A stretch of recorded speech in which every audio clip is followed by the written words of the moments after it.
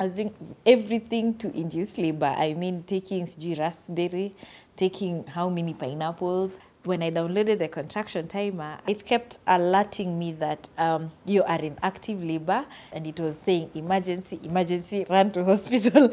And she'd been told breathe. Me, I was breathing like I'm being paid. I was like,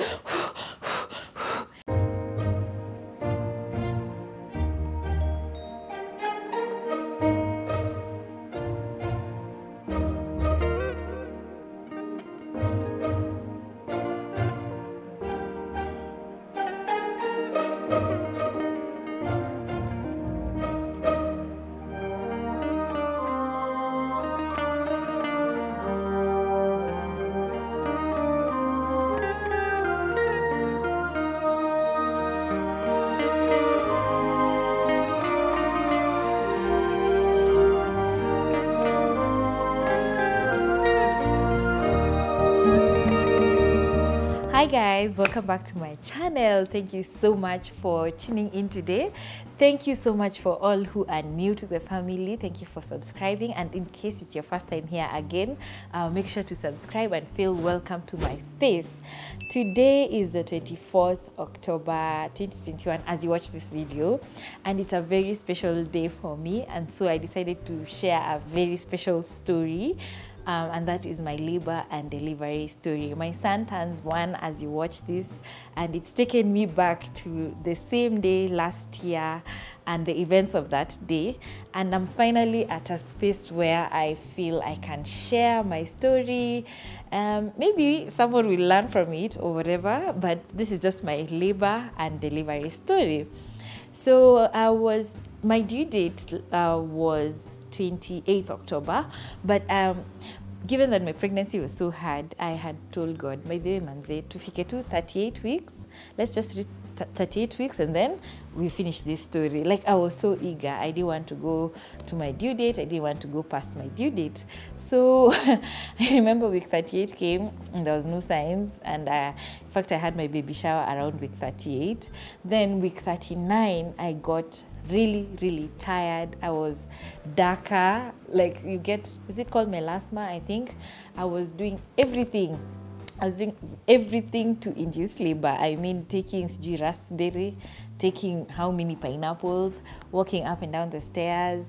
I was just doing things, and I mean everything, by the way, so that I can induce labor, because I was just so tired. So when I went for my checkup, I think the doctor did is it called sweep, a vaginal sweep, and I was already 2 centimeters dilated. I think those are the words.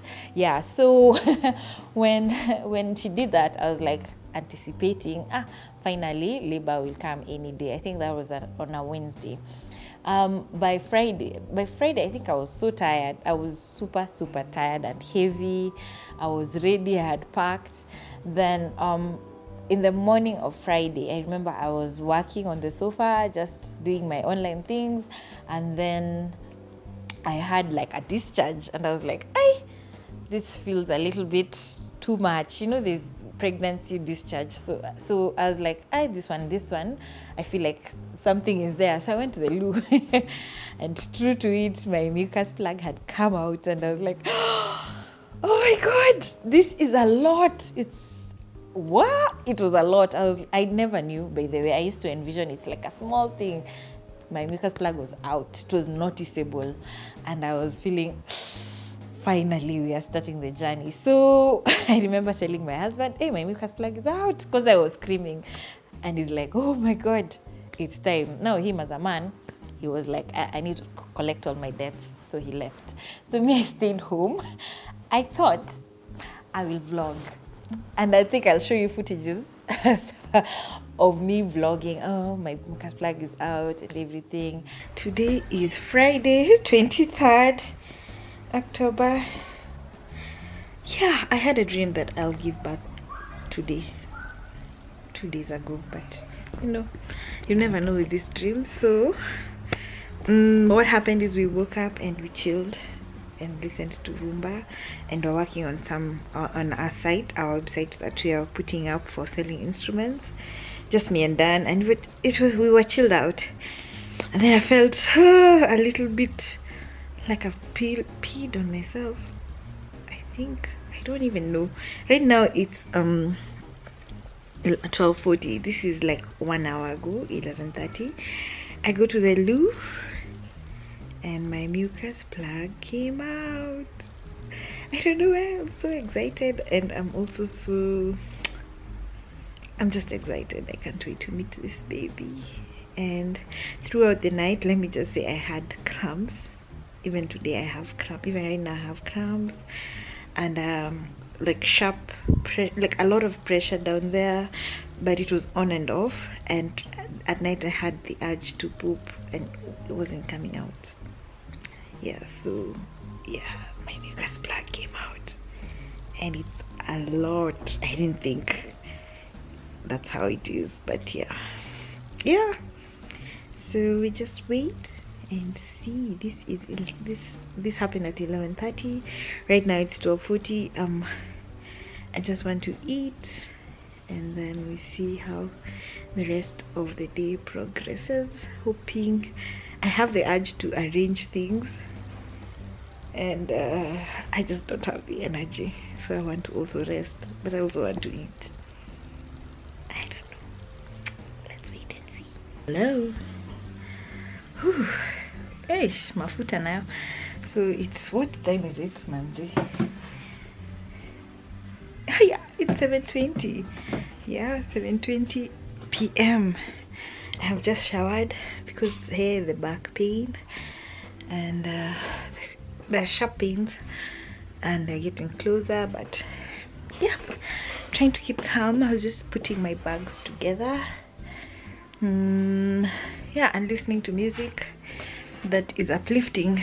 Otherwise, yeah, this baby looks like they want to really come. So yeah, let's see how it goes.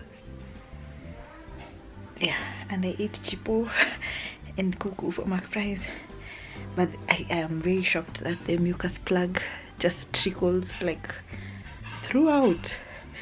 Like it can take, whew, yeah, it can take a while. So yeah, it's still coming out, shockingly.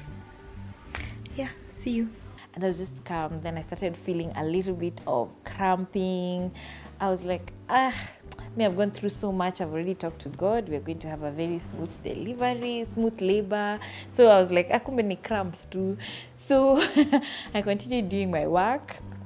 And then I went to McFries, yeah, because that time I only wanted Fanta Baridi, soda, and chicken. And I had that. And then I called my mom, and then I called my mom-in-law.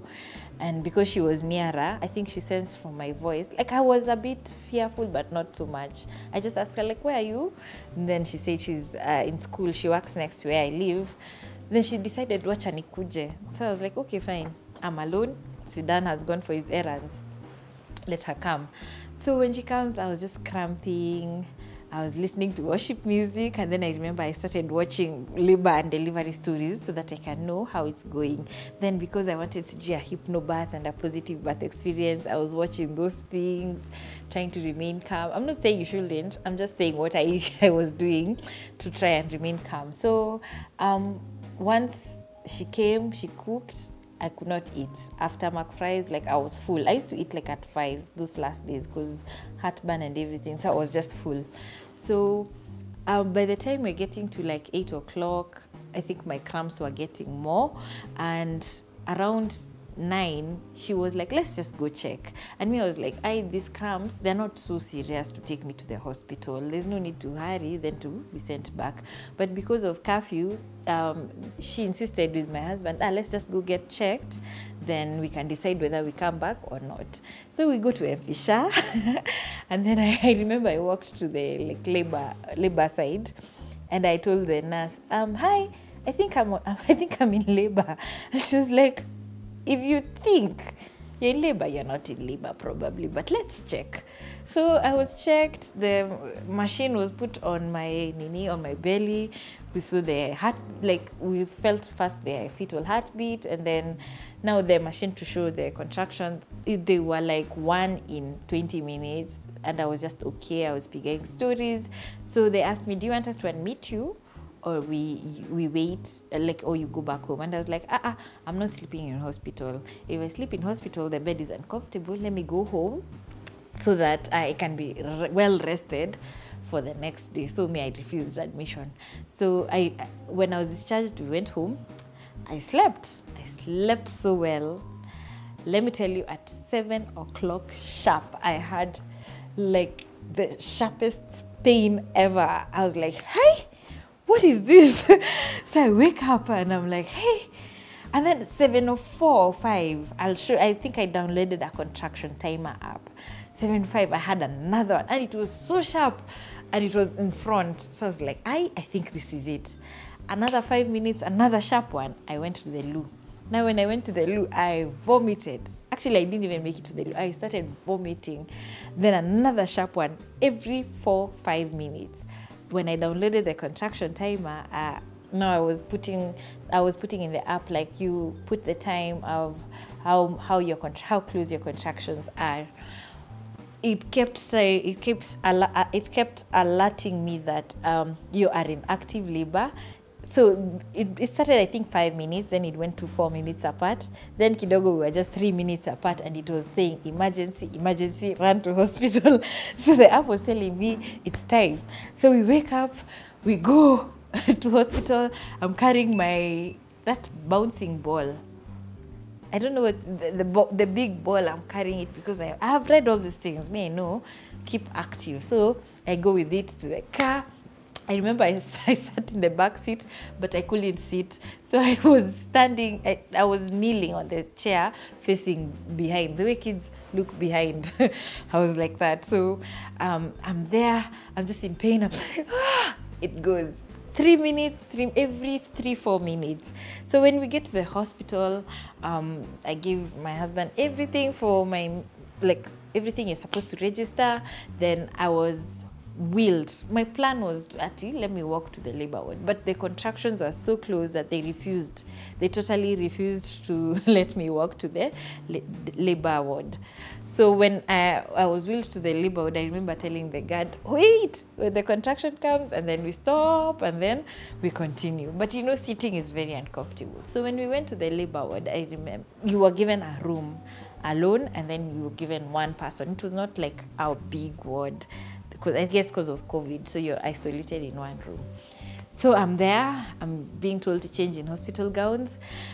The pain is getting worse and worse because now I can actually feel it's every 5 minutes. It's coming so strong. And I remember breathing so much. You've been told breathe. Me, I was breathing like I'm being paid. I'm like, then it clears, then another 5 minutes, 4 minutes. So the nurse comes, tells me, I remember this nurse, we don't scream here. What the hell? She's just like, Margaret, we don't scream here. Because I think at some point I was very loud. Just try and breathe. Just try and breathe and control yourself. So that was the memo. We don't scream. So I'm just trying. But the sounds are just coming. So I remember I changed to my hospital gown, but now I'm in bed kneeling.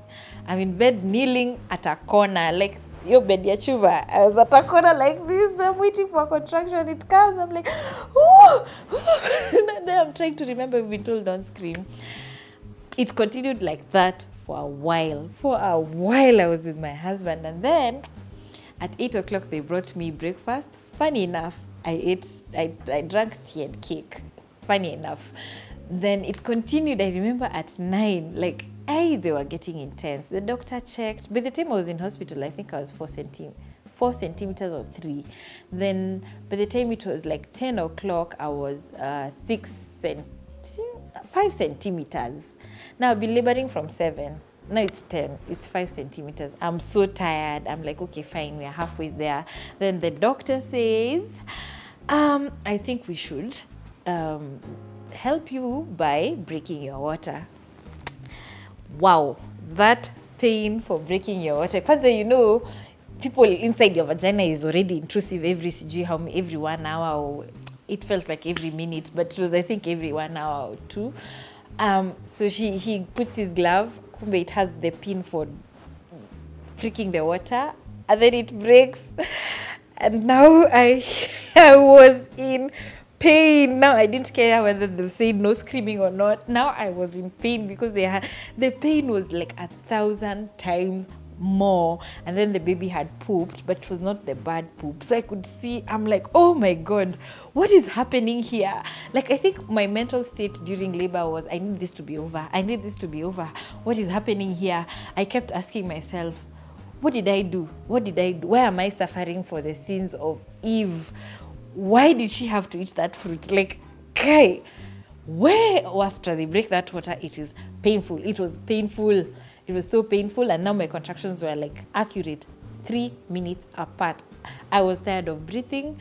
I remember now we were with Dan, and before labor, I had prepared my playlist and said, this is my playlist for labor and delivery. So when you see my pain is at the peak, you play it. Now they've broken my water and he's seeing I'm losing control. And then he puts music.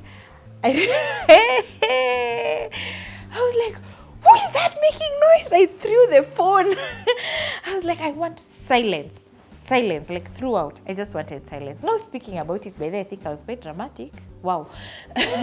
So I threw my phone. It was my own phone. And I was like, I want silence. I don't want anything. My mother-in-law was outside. You know, they've said only one person because of COVID. So she was outside the room, luckily. But, you know, she was also singing. So I was like, I want silence. People were calling. My mom was calling. I think my friend was calling, my best friend. And I was like, I just want silence. Keep quiet. I don't want anyone to pick your phone. Dan was the one picking phones. I don't want him to leave the room. I don't want him to pick the phones. But anyway, we were really fighting because I don't want to hear the sound of our phone. And I don't want to hear him. Talking on phone. So I remember also we had a labor class. I don't know what they're called, with a doula. When you're in labor, what to do, massage the back and everything. We had done those classes. So him, in his wisdom, he decided, let me help her by massaging my back. Let me tell you, I was a bad woman. I was like, what are you doing? Stop touching me. Stop touching me. Stop touching me. My labor was in front. My pain was in front. So what are you doing at the back? And in front, you can't help me because my stomach is also big. I was feeling like I'm dying. Let me tell you, I didn't want to be touched. I wanted to just hold my bed here like this, the chuma on a corner like this, and then cry every 5 minutes. After every 5 minutes, I cry. Then I look, and then I wait for another one. When he tried to massage me, it was not working. And I remember the only thing that worked was if he pinched my toes like this. So I was like, just touch my toes like this. And then at this point, it's going to 11, even clothes were painful. So the gown that I was given in the hospital was just away. Let me tell you, there's no shame in labor. Like, clothes were painful. Like, anything to touch me here, I was feeling pain. So at around 12:01, I remember when they came to check and I was 6 centimeters, I was so tired. I was like, I've been doing this actually it was around 1:30. I was like, I've been doing this from 7. I'm tired of breathing. You're telling me to breathe. I'm tired of breathing. The pain is every 3 minutes. I am literally tired. Remember, I had vomited what I had eaten the previous night. I had not slept fully well. And then breakfast, I think I vomited again. So I'm tired, I'm hungry, I want to sleep, I want it to be over. So when they came and checked and they said, you're like 6-7 centimeters, I remembered one of the vlogs that I've watched for labor and delivery. I think it's for This Is Us, when she had asked for an epidural like at 8 centimeters and she was told it's too late. So I remembered, if I ask for an epidural now, I can get it. But if I wait, I can't get it. So I was like, I want an epidural now. I remember they came and told me, we want to remind you that epidural is not covered by insurance. I was like, I don't care. I'm in pain, I'm dying. Give me an epidural. So I remember the nurse coming, I signed those things. And it's an extra cost, but I had factored it in. So I'm being told to walk from the labor room to another room now where epidural is administered. And I'm like, how do we walk? I can barely sit. I'm not standing straight. I'm naked. I don't want clothes. So the nurse, Saki, she was a very good nurse. She came to me and she covered me, and then she held me this side and then down this side because I could not walk straight. I just wanted to bend because the labor was in front. So we taken slowly, as I think I was loud at this point. I was just like, I'm dying. So I'm dragged slowly to that epidural room, and it was like less than 10 meters away, but it felt like it was long. I was like, I don't think I'll reach. I'm dying.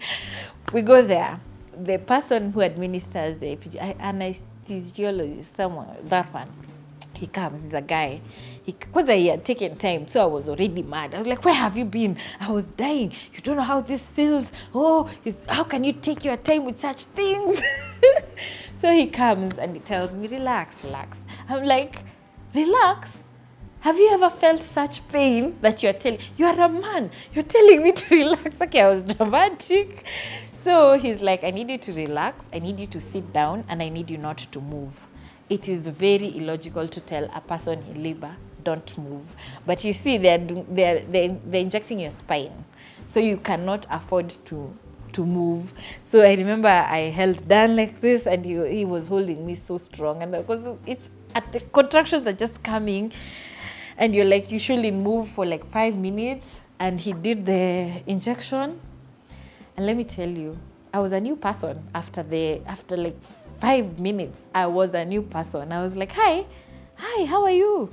Hi, how are you? Like, the pain was gone. Even that anesthesia person was like, are you bipolar? I was like, hi, how are you? Hi, how are you? So the effect of epidural, you don't feel like the pain, and then waist down, it's like you're kind of numb. So it meant that you just lie down on the bed, but not so flat, but you won't move.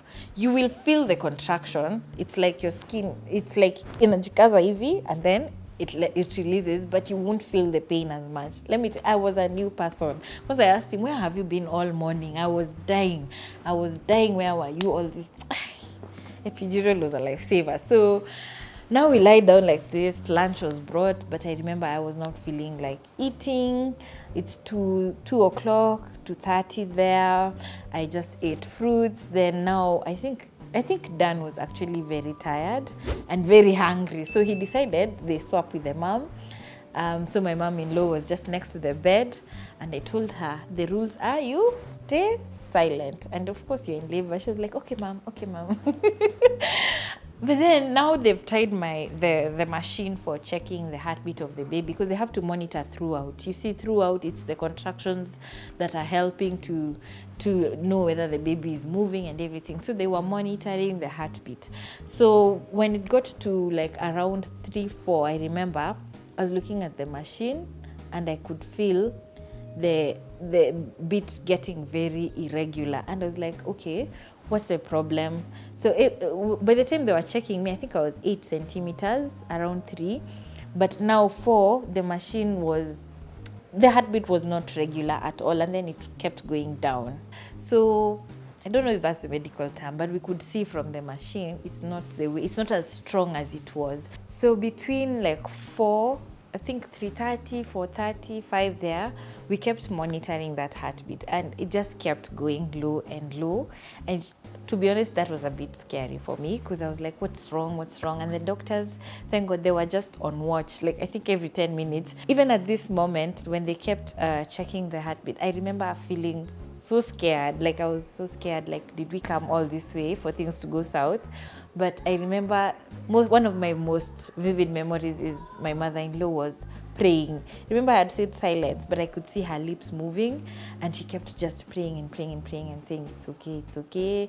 So it was very encouraging, because there are times you're really scared, Baka, you don't know how to pray. Because me, I was just like, what's happening? Why is the heart rate going down? And when it got to around 5, I think I was at 10 centimeters. Actually 4:45, I was at 10 centimeters, and the doctors were like, hey, because of this heart rate, let's now push. So, you know, with epidural, you can't really feel that strong urge, but the urge was there, like to poop. You can feel, I felt like you want to poop, but you're told hold it throughout. But now when it's time to push, they tell you, now if you feel like pooping, now push. That's the signal to push. So Dan was called back, he came, and then we now started to push. And I tried. I tried. I was just like, I'm pushing. Like, I don't even know what I'm supposed to feel, but you're just being told, breathe in and out and push when the urge to poop is there. So I kept pushing and pushing and nothing. And your legs are wide open. Then I saw them. They would say, I can see the head, I can feel it. Just let's try again. And we tried, I think, for like 20 minutes. But now the heart rate kept going down. And then at some point, I remember they were like, they really don't want to use vacuum extraction. Is it that? Yeah. Because of the many brain damage cases like people experience with that. So they were just like, hey, the way it's going, it's 5:15. We've been pushing for like 30 minutes. I think we need to rush to theater. The heart rate is going down. It's not even something to discuss. I just need someone to sign. And I was so confused. I was like, oh my God, after all these hours, it ends up in theater. So Dan signed the papers. I just remember moving so fast. I remember moving so fast. And then I remember the theater dude, Dan, came and was like, let's have a selfie. And I tell him, I'm not dying. You're not taking a last photo with me here. But it was super scary. We prayed with my mom-in-law and him. We prayed. Then I was wheeled very fast. Then throughout, I'm still feeling that contraction, but it's not as painful, but it's the same way. But the heart rate thing really scared me. And I think when we went to theater, I remember everyone came dressed. Like in 10 minutes, everyone was there. There were 2 doctors, the in-house at MP Shah, and then the nurses were there, the anesthesiologist was there, and I was scared. I was so scared. I think what traumatized me is the image. I had been watching C-section videos. I don't know what made me that curious. So I was remembering that they're going to cut 8 layers of my skin. I was remembering how they were going to pull the skin. I think I had watched Yummy Mommy's C-section video, and I was just scared. But I was scared that I'm going through this. And then I remember the catheter being inserted. I don't remember I don't think they did another spinal knee because of the epidural, but I remember the anesthesia person now doing the drip thing, need more medication on my hand, and I remember shaking so much, and then them asking and rubbing my stomach and asking, can you feel anything? Because they want to know if you're numb enough for them to cut, and I kept saying, I'm feeling something, because you feel like to shock down there. So I was like, yeah, I can feel something. And they're like, are you sure? And they kept doing that. And at some point they were like, hey, we have to cut. We have to start cutting. And I'm like, oh my God, I'm so scared. Like I kept saying, wait. I was so scared. I told the anesthesia person, you know what? Just put me out. Then you guys wake me up when the baby's out, because I'm so scared. I was shaking, and your hands are like this, and people are down there like, ah. So he's like, okay, fine, let me just put kidogo medication, you sleep. And I remember like in 10 minutes, I had the nurse saying, Margaret, here's your baby. And I think my favorite first moment ever is when my eyes locked with my son's eyes, and he had his father's eyes, just what I had prayed for. And I remember when the nurse said that, I was like, oh my God, he's so cute. And then it was brought closer. I was like, can I kiss him? I kissed him. And then again, I blacked out because of the medication. And then they finished, and we were taken to the recovery room. His father got to see him just outside the theater. And I remember in the recovery room, I think I've shared this about what I didn't expect after C-section, just shaking and trembling. And I'm like, oh my God, it's over. The pain is over, but why am I feeling this cold and everything? Yeah, so that's how like my son was born after 10 hours of labor, because it was 7 until 5:40 p.m., 10 hours of labor. He came to this world happy, healthy at 2.92 kgs. And I really, really thank God for a safe delivery. However, I found it a bit traumatizing, but at the end of the day, I thank God for a safe and healthy pregnancy until the end. I don't take it for granted. So for those who really want to know about now the C-section and the recovery, I would send you to my other video, what I didn't know happens after a C-section, because recovery was a whole new journey. Let me just mention that in the recovery room, I was feeling so cold, and there's this guy over there who had an accident, and I think he just woke up from surgery, and he kept saying, where the fuck am I? And I'm like, I don't know where you are. I don't know where you are. And then he goes back silent. And you know, you all feel cold. You feel like some type of cold. I had heaters on, I had blankets on, and every time he did that, where the fuck am I? I was just like, guy, I don't know where you are. I don't know where am I. So the nurses kept saying, Nani, you're in the recovery room. Can you stop making the other patients scared? Then he says, okay. Then 5 minutes later, where the fuck am I? At some point, even they took my heater and my heater to him. As they were like, hey, this guy is so trembling. Let's just give him a heater, then we add your blanket. So the journey to recovery started there, and I remember my son being brought to my room. The next day, early in the morning at 5, and I was able to see him, but because of the CS, I had not walked, so I was not able to move. I told the nurse, please just give him, I hold him, then he'd go back. And they were giving him formula for those onset hours because I was just tired. But then I just told them, I just want to sleep. I really want to sleep. Yeah, so at the end of the day, I had a very healthy baby and a safe delivery. No matter the circumstances, what I usually tell moms to be, just keep your mind open that C-sections are normal, that vaginal deliveries are normal. Normalize both ways, because at the end of the day, you want a healthy mom and you want a healthy baby, and don't take it for granted. Even if you went through a C-section, don't feel guilty. I think I had a lot of guilt because I was like, I had prepared my body for one method, and one method, why am I doing this? So don't feel guilty, because both ways are quite normal and healthy. And I'd like to even know in the comment section, how was your labor and delivery? How was your birth? Let me know, was it smooth? Was it what you expected? And did this affect your mental state if it went a different way? Because I felt really guilty for going through a CS, because my mind was just set on one method and one method alone. So I felt like my body failed me. But through speaking to the right people, I'm happy with where I am. I'm happy with how I gave birth to my son, and I'm happy that he was fine and healthy. And even as we turn 1 today, I really thank God for seeing us through the first year of motherhood. So thank you so much for watching. Thank you so much for watching to the end, and share this video with someone who really needs it. And if you are new here, remember to subscribe before you leave. So thank you so much for watching this video. If you liked it, remember to like, and let me know in the comment section also about your experiences, or if you enjoyed this story. And if you're new here, please remember to subscribe. Bye bye.